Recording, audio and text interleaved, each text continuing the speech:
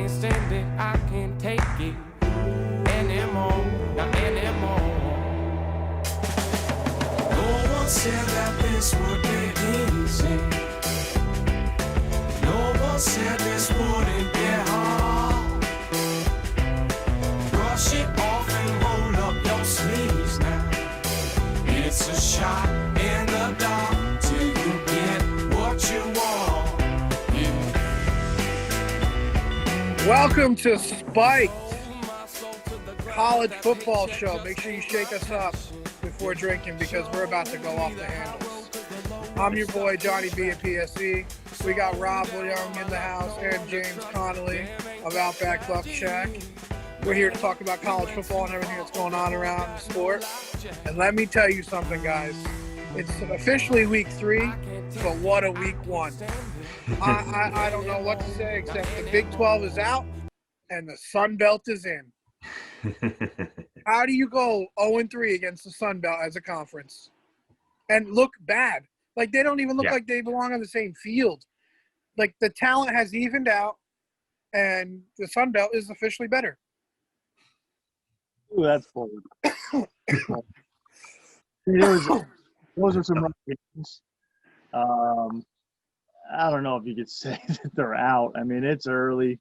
I'm going to say that's a little bold. I mean, if you watch the Coastal Carolina game, the talent on Coastal Carolina was tenfold to that of Kansas. They played with a true freshman quarterback. Their first 3 drives, they shoved it down their throat and scored touchdowns. And they looked like they were a varsity team going up against an 8th grade team. It was embarrassing. And then Louisiana, their team speed was so much greater than Iowa State's. So much greater. I don't know. It looked – I don't know what's going on. It's 2020. So I don't know what's going on. But the talent has evened out, and the Sun Belt looked amazing, and the Big 12 looked terrible.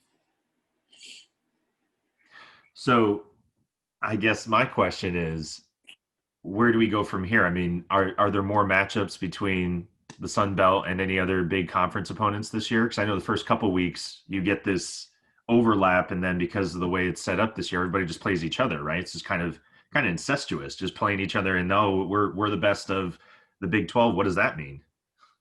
Right. I'm not exactly sure.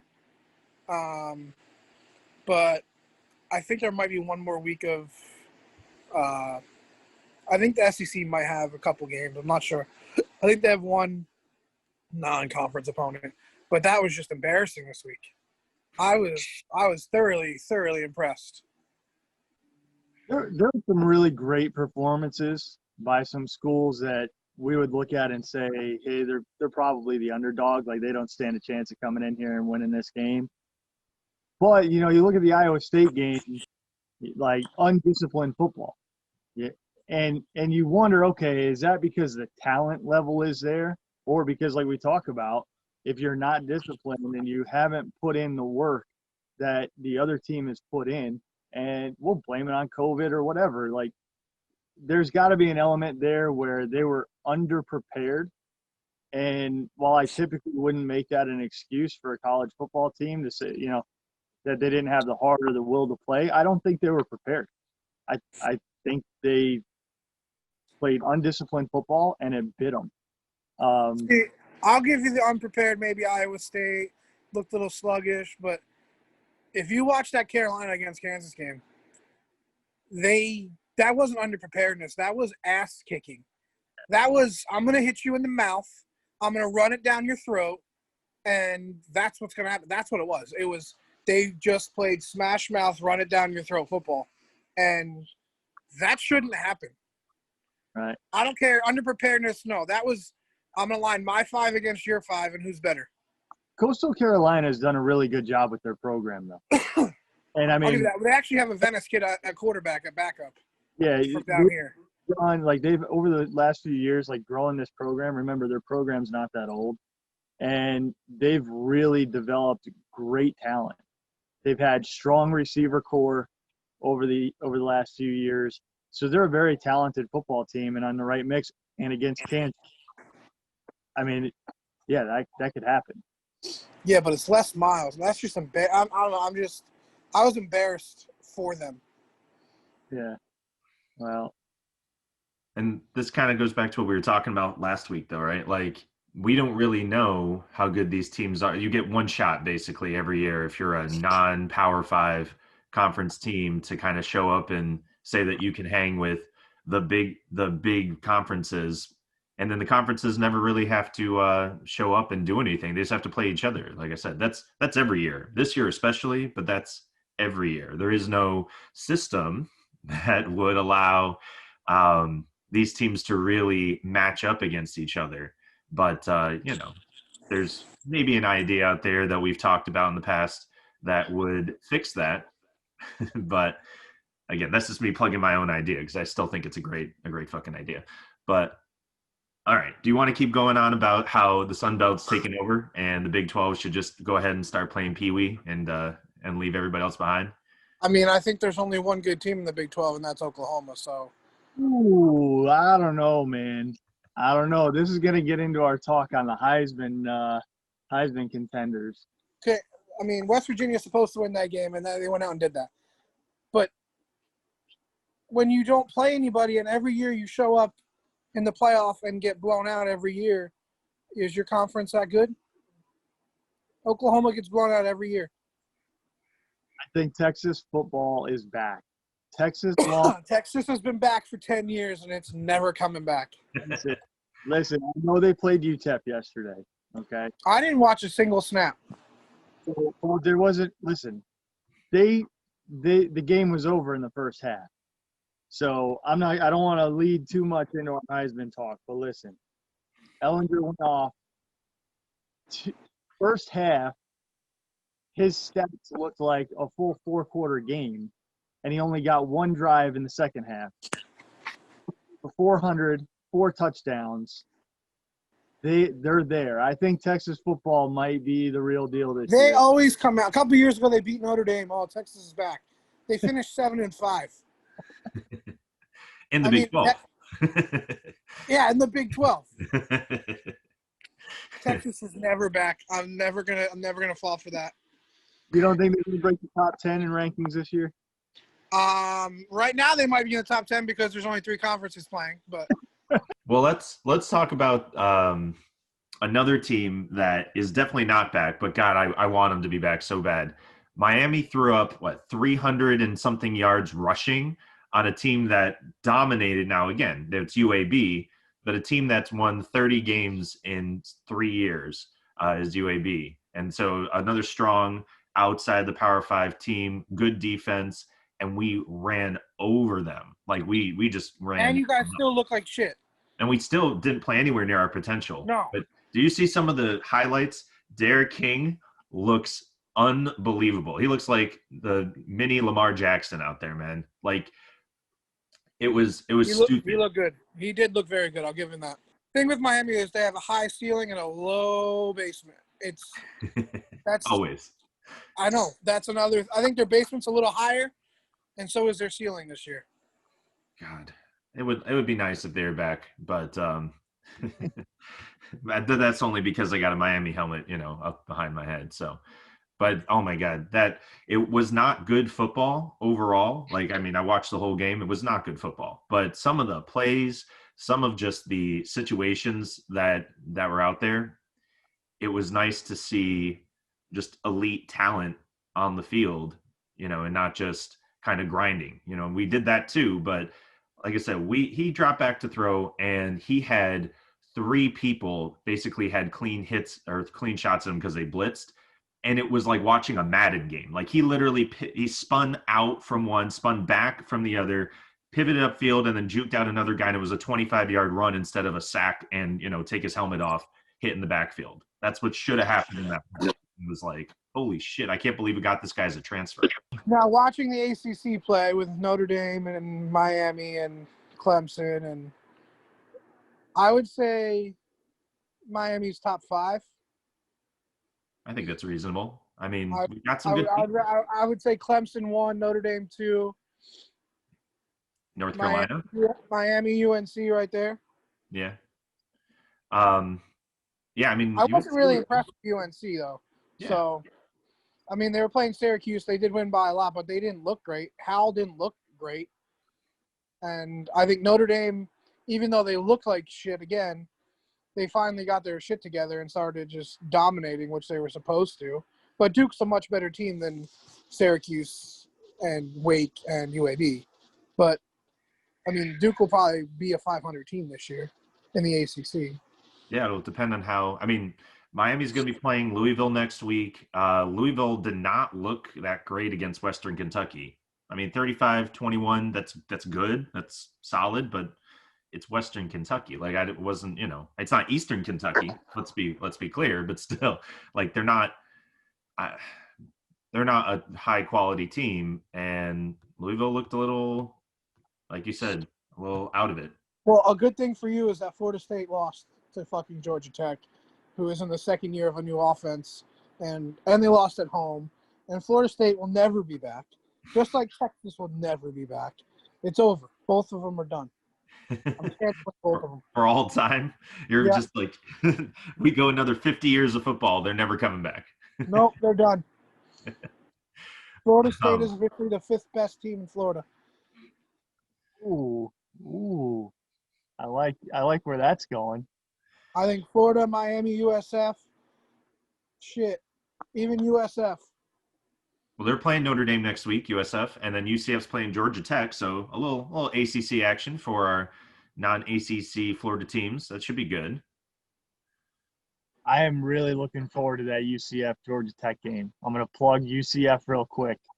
Oh, here we go.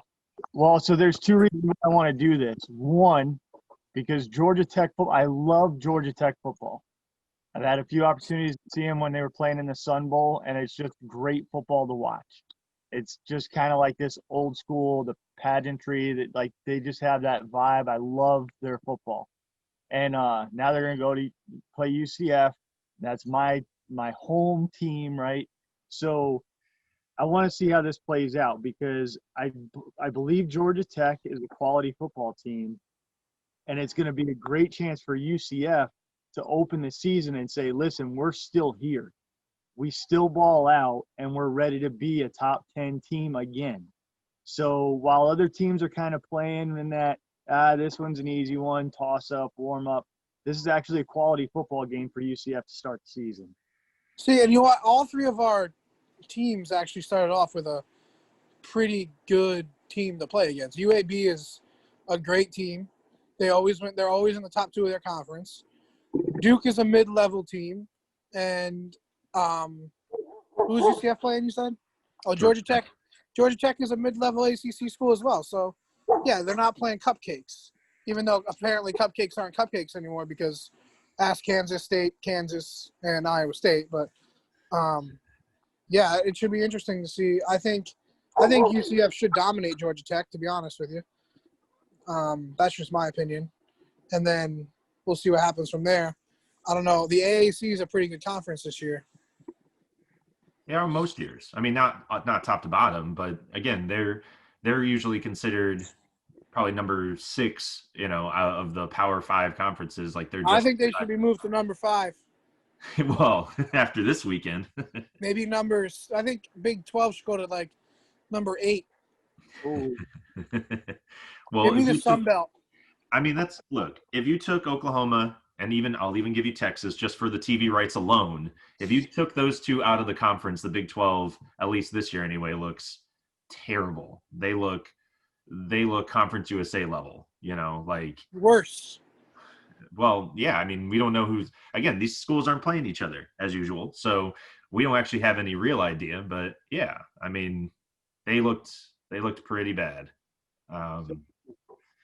I hate to do it because I know that I don't want to tail this conversation.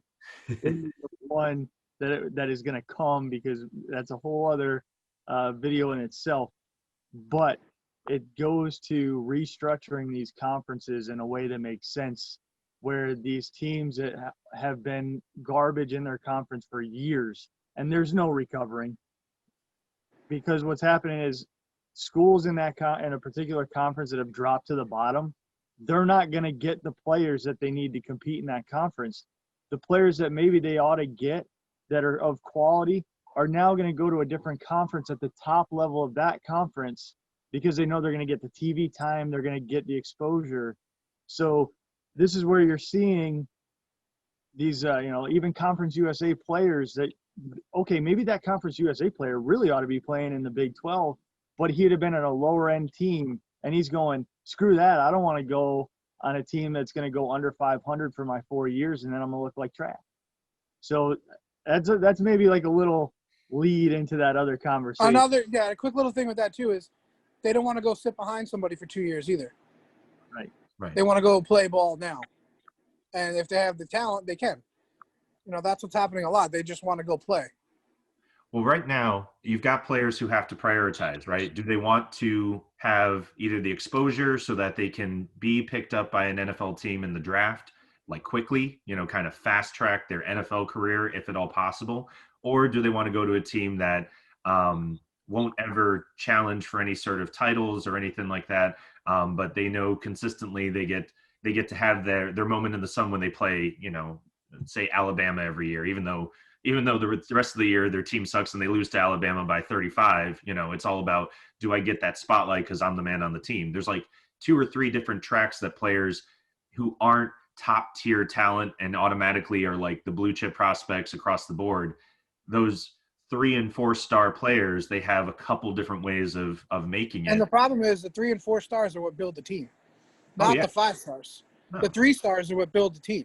Yeah, you got to build around the 5 stars, and you can't build around the 5 stars if you don't have the right personnel, the right 3 and 4 stars to actually make it work. It's 11 players are on the field, so you can't do 1 or 2 will be great, but you won't have a team of 5 stars unless you're Clemson or Alabama every year. So, but even then, not everyone from Alabama makes it. Not everyone from Clemson makes it. No matter how talented they are, again, they get crowded out. You don't get that much time in the sun. You got to make the best of your opportunities when you're in that sort of setup. Or you get to be a starter for 4 years and you get to dominate every year, and people will know who you are, based on the fact that you've had all of this playing time. So right now, anyway, the current system, like you were saying, Jay, it forces players to basically choose as like 18-year-olds, 17-year-olds, their strategy for getting their shot, because they can't have it all. So I would say, under a different setup that we could talk about in much greater depth, if you have the ability to take a team and move them up, right, year after year through your work and through your ethics. I mean, if Coastal Carolina as a very new team was like, we have a shot though to crack that top tier or even second tier of teams just because we are doing what we're supposed to do now, all of a sudden these players are playing from what would have been 3rd tier, 4th tier opponents and not really being able to show much. Now all of a sudden they're playing the Big 12 every year, or once the Big 12 gets knocked out down to the 3rd tier because this year they suck, whoever's in that 2nd tier, they get to play them every year. That creates a way for you to not only be the starter for 4 years, but even potentially lead a team up the rankings to where you can actually have better opposition each year and you get to show how good you are at that next level.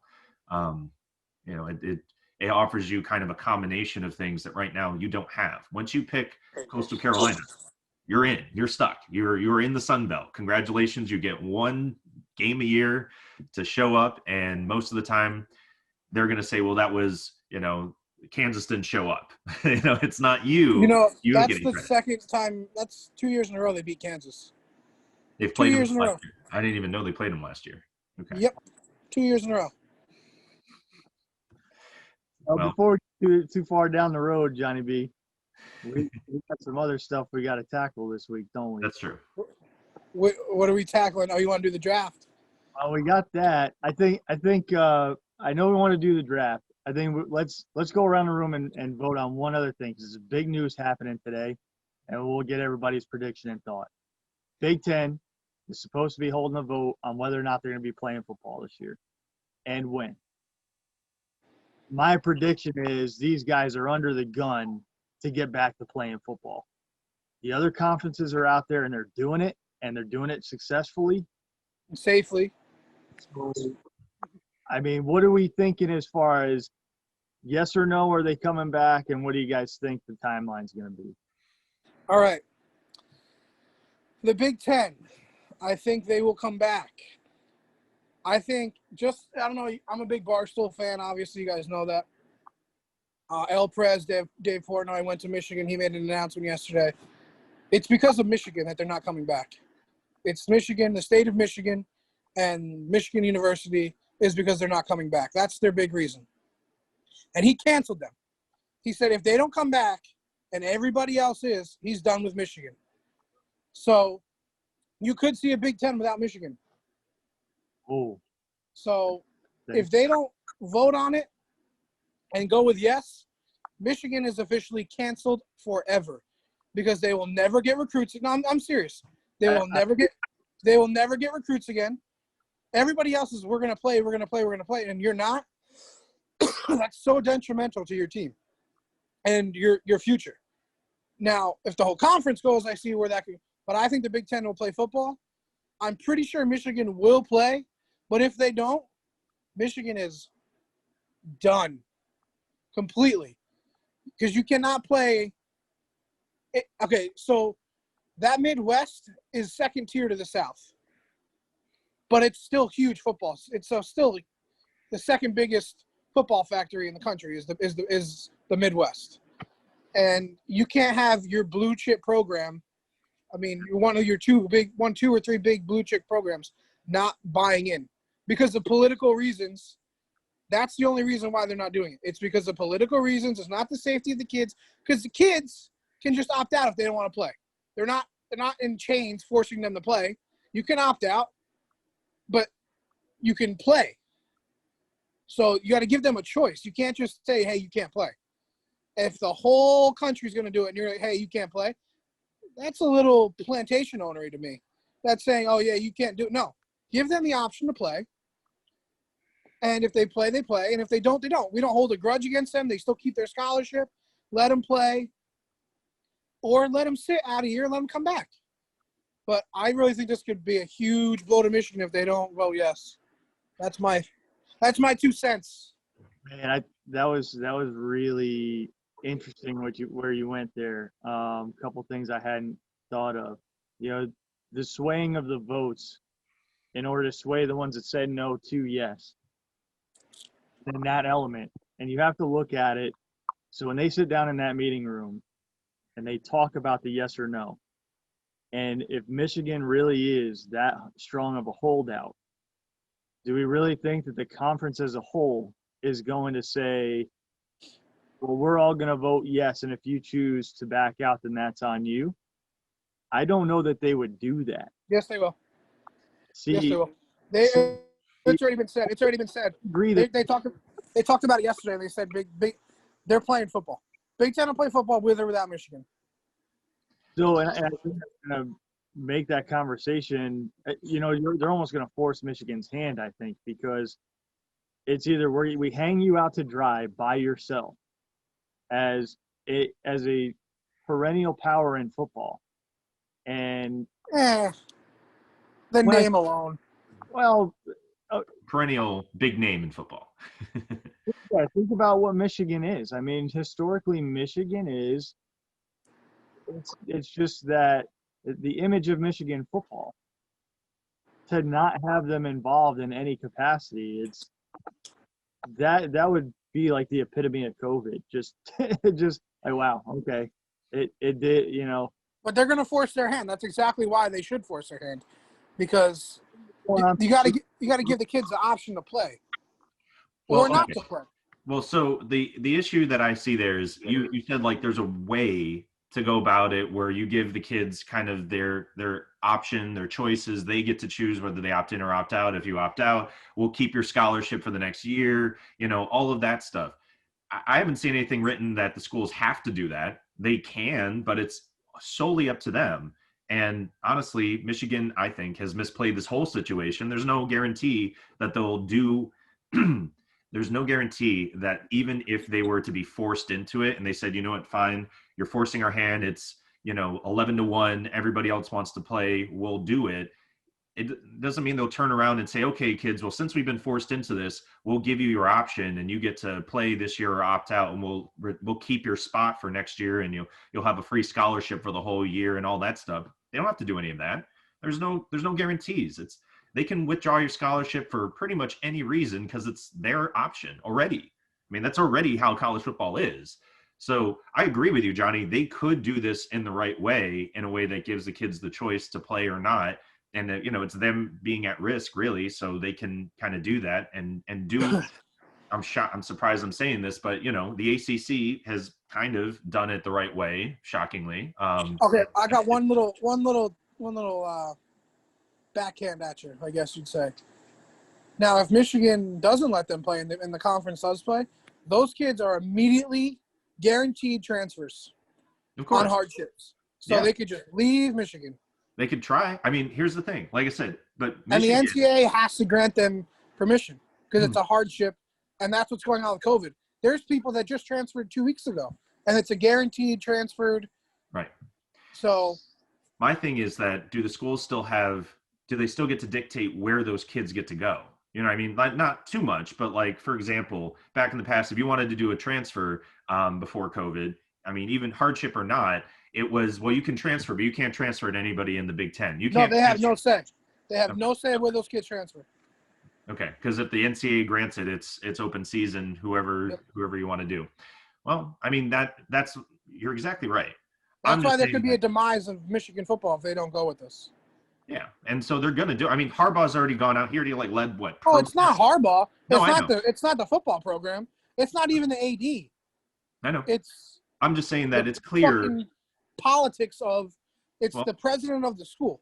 Right, but it's clear. It's already clear where Michigan is. Like I just don't think that guy keeps his job if he wants to keep trying to push through this, because there is a way to do it safely. That's the other thing, is that shockingly, like I said, other conferences, the ACC actually, handled things very well. I think actually UAB handled the COVID stuff even better than Miami, but whatever.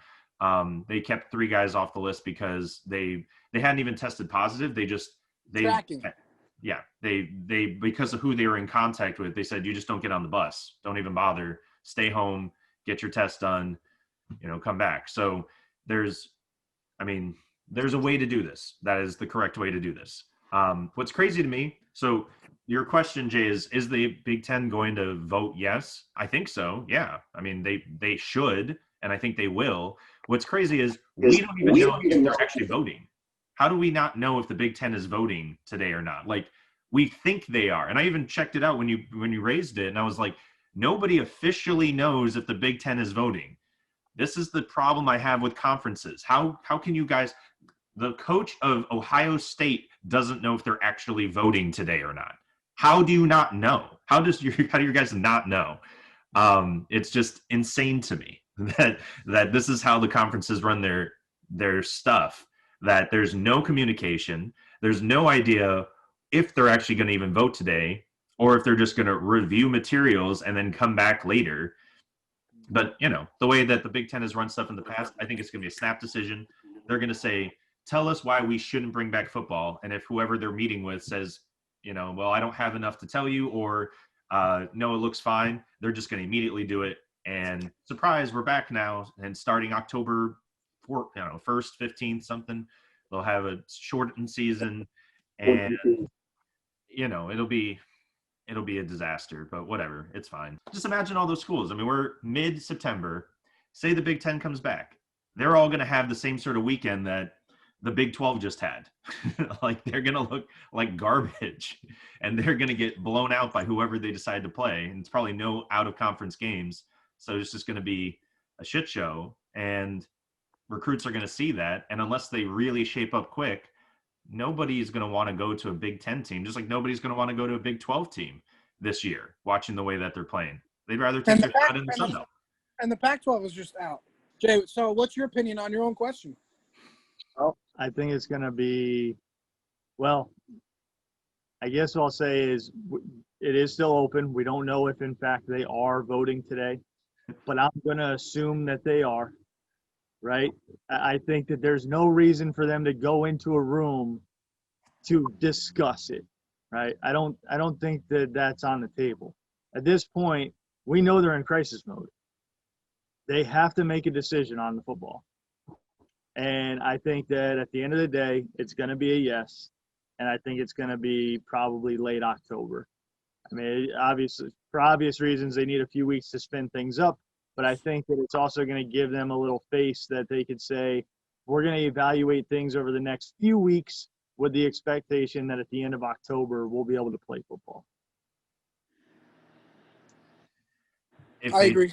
Yeah. Well, if they're if they handle their PR right, but they haven't done it so far. So, so I 100% agree that's what they should do. Will they do it? I'm going to say no. I'm going to say they're going to rush it. They're going to fuck everything up like they always do. And the Big Ten is going to look almost as bad as the Big 12, at least in the first week or two of football. All right. Now that we hit the heavy subject, which was a great question, Jay. I love that question. That was fantastic. We hit the heavy. Now let's have a little fun, boys. Let's have a little thing that boys like to do. We like to drink beer, and we like to draft everything. From our favorite supermodels to who would you do to all those stupid guy questions that we always do. A beer draft, whatever. We're going to draft a top 3 Heisman winners. Each of us is going to pick 3.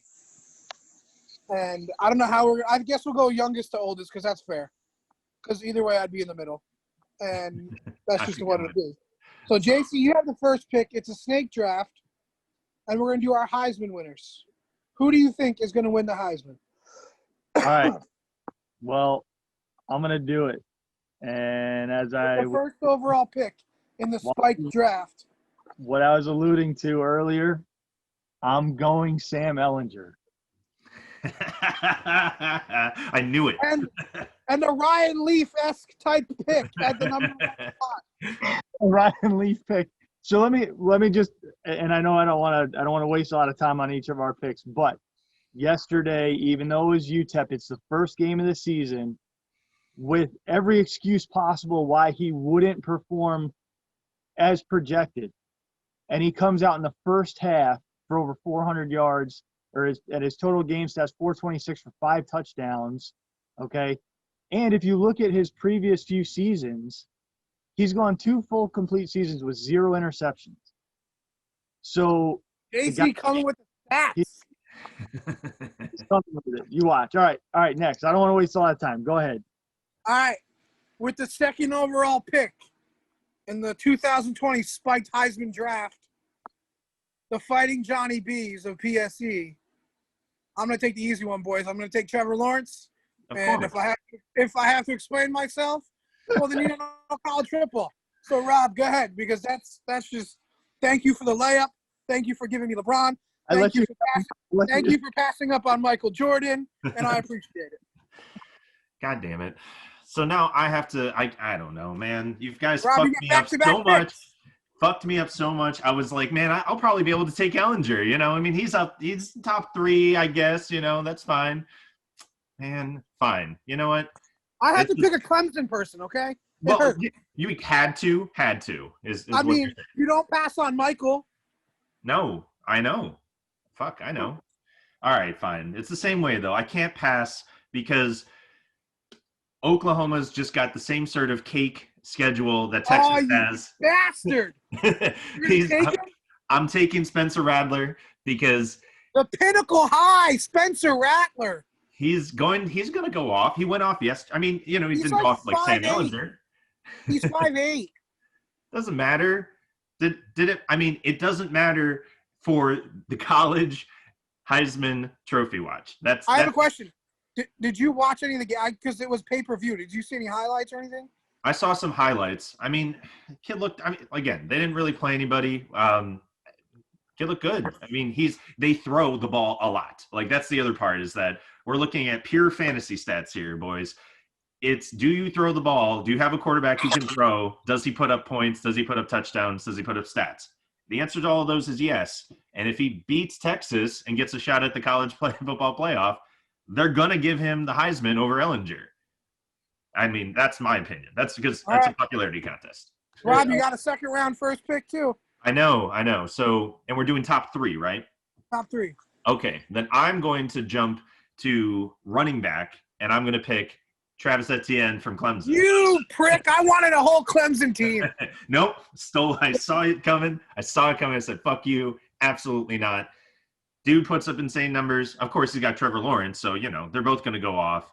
If it's obviously between Trevor and Travis, we know who's going to win that. But I'm going to do as a dark ETN horse. is a stud. You're right. ETN is a stud. If Trevor Lawrence gets hurt, God forbid he gets hurt, and Clemson still runs the table, it's not going to be because of their backup. So Etienne might still get the nod. So Hey, DJ Uiagalelei is a good quarterback for Clemson. Just saying.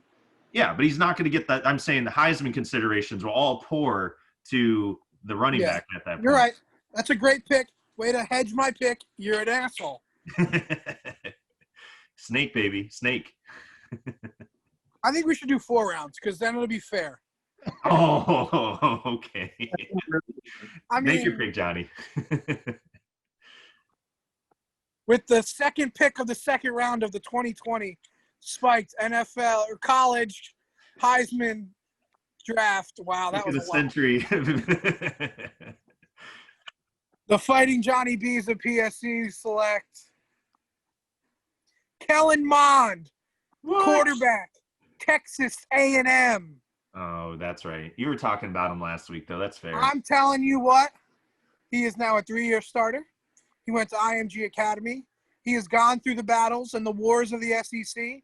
He has seen all the defenses. He has played all the defenses. He has all the tools, all the intangibles. He goes to the same barber as me. I'm telling you what, Kellen Mond, kind of a sleeper, but Yeah. I really like – if Texas A&M, they have all the talent. If Jimbo can put it all together with a third-year starting quarterback, Kellen Mond, second pick, second round. He would have been there in the third. He would have been there in the third. Oh. Go ahead, Jay. All right, so at this point, I'm going to have to just look at the team and what he could do, wins. And on this pick, I'm going to go Mac Jones, Alabama. Typical, I think. Wow. Alabama guy, just I'm not thrilled, but we're kind of digging into the realm of, okay, now I got to reach a little bit. So I'm going to reach a little bit.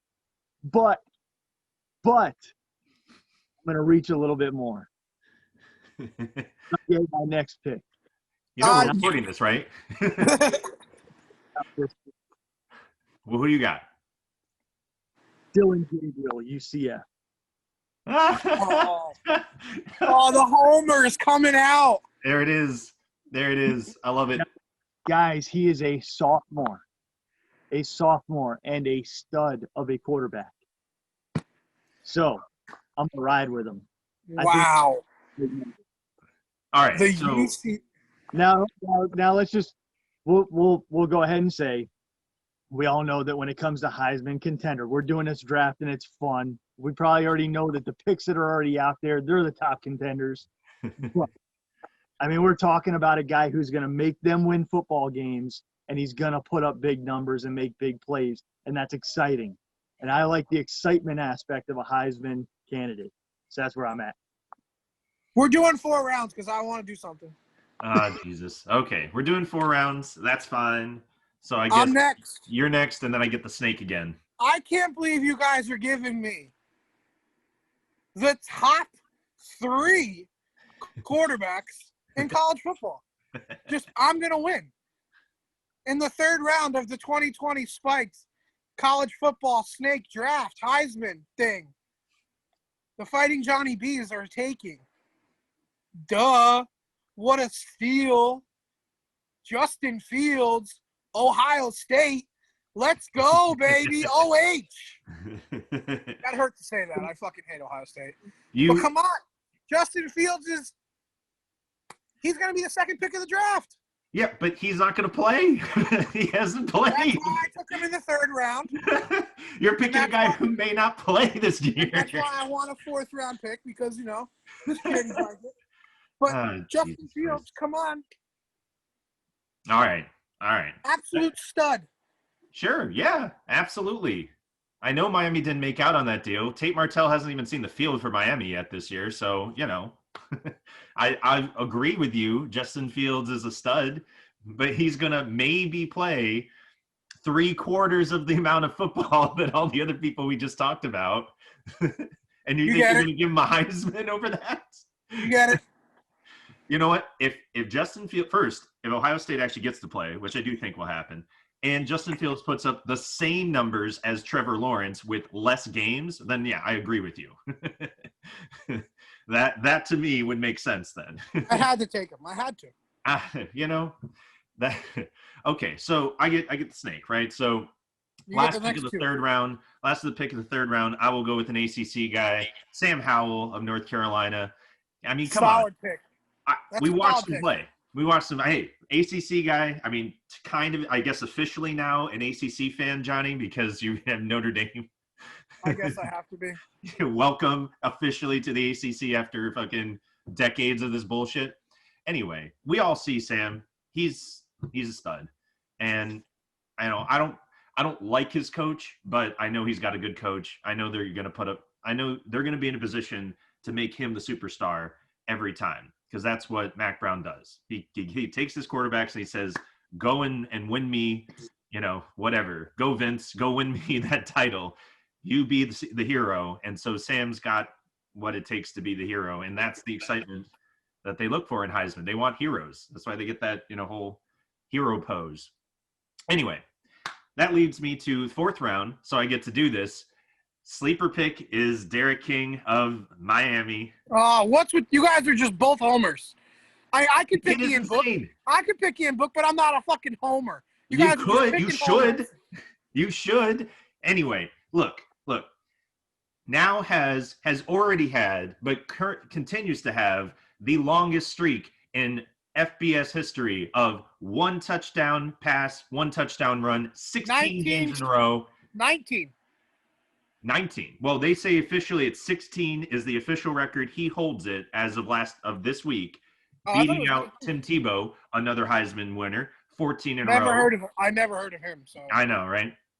My point is that the kid is a stud, and he already looks fairly comfortable with a brand new school, brand new offense, brand new offensive coordinator. Everybody's fucking new as hell at Miami right now. And if you I sent you guys the link to watch some of the interviews after the game.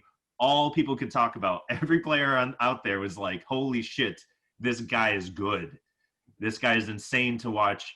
Derek King just run circles around people. And so I think he's going to do it the whole year. I mean, I don't think he's going to do it enough to be a true Heisman contender. But if Miami does really well against, even fucking Louisville, he's going to get a lot of looks.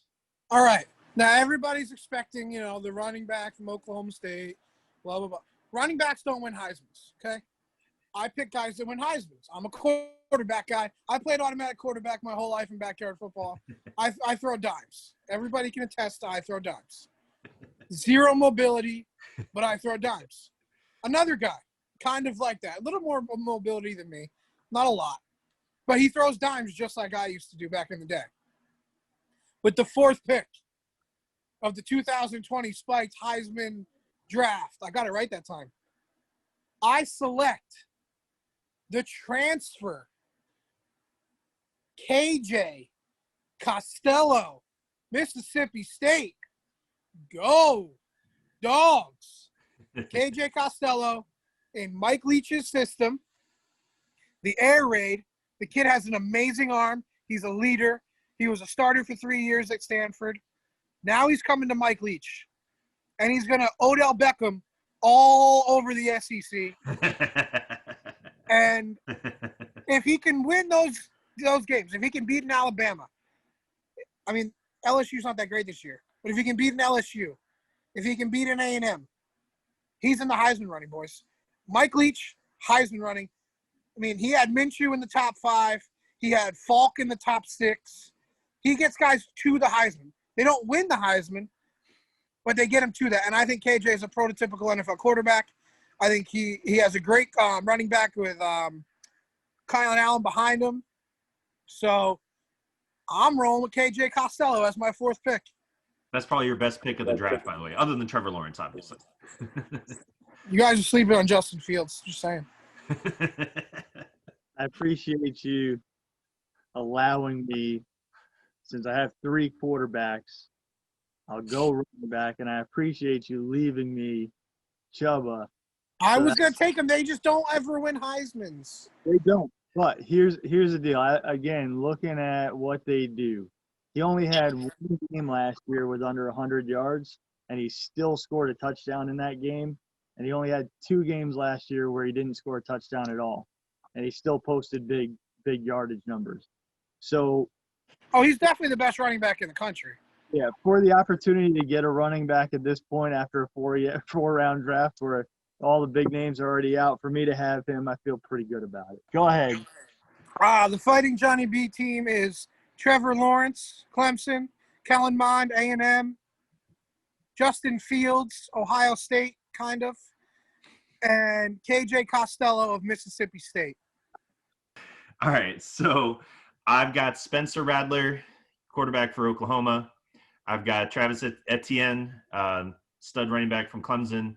I've got Sam Howell, North Carolina, and the homer pick, D'Eriq King. You from guys both went Miami. homer. All right, so here it is. I got Sam Ellinger, Mac Jones, big guy Dylan Gabriel, and then I got Chuba Hubbard at 4. Pretty solid teams, boys. I mean, I won the draft. I get an A. But, I mean, pretty solid teams. You can't get an A if you picked a player who hasn't played football. Right. I either have an A or an F. Yeah. That's how I roll. No B's, bro. Units No only B's.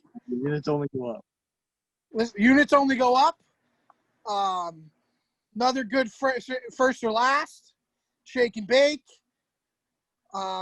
Winners always eat. Losers never need. I don't know. I don't know any more catchphrases, so that's what I got. I All don't right. know. Well, let's do. I got Bear to go. Yeah, let's do our pick of the week. So, what do your games look like this week? My guaranteed units only go up. Lock of the week. Notre Dame over USF by at least 30. They're going to prove that conference is shit. Notre Dame is back. They're for real. Fuck Texas. Fuck USC. Fuck everybody. Notre Dame is back. Blow out UCF, USF. Who cares? They're the same college. Notre Dame by 30. You mean they're here? Like for the first time, they're actually in the ACC in a legitimate conference. We're not going to make fun of the team right now because we're back and we're here and we're going to dominate. God, I was really hoping Duke would pull an upset for the first ever conference game of Notre Dame entire history. They just lose. Okay, I'll let you go, Jay, because I'm pretty sure I know what your pick of the week is going to be.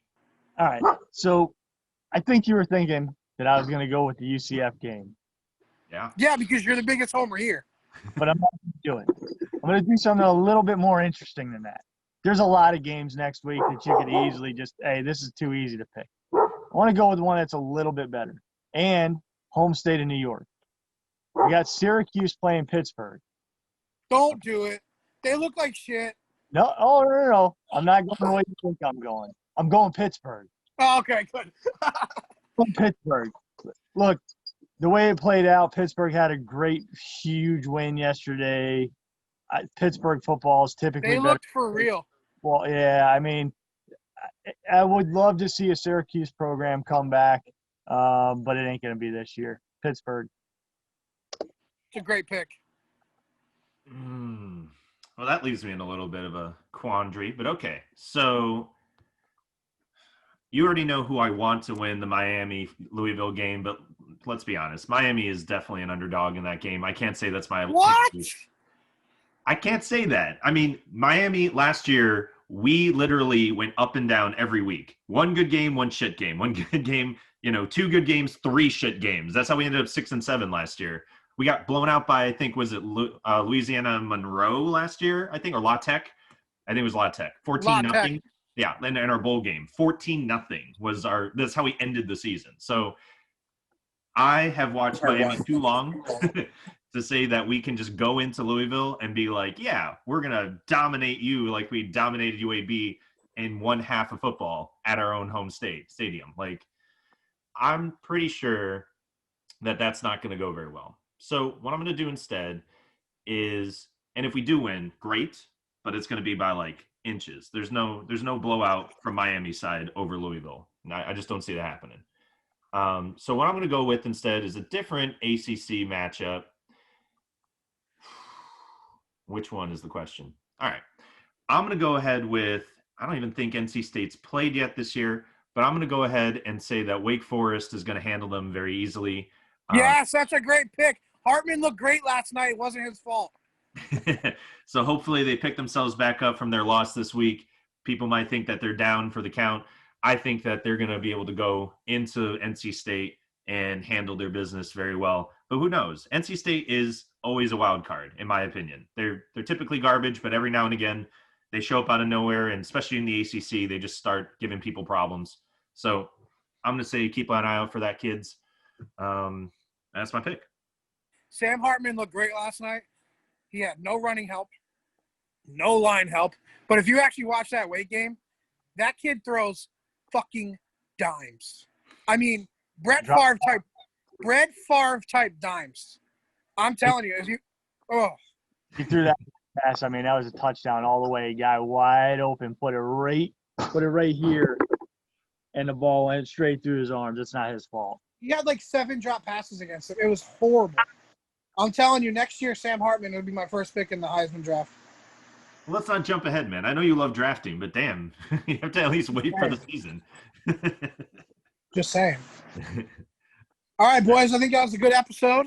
Yeah. Thank you for all listening to Spiked, a college football show with James Connolly, Robert Young, and Johnny B of PSE. James, have fun bear hunting. Go kill something and send down some meat, buddy.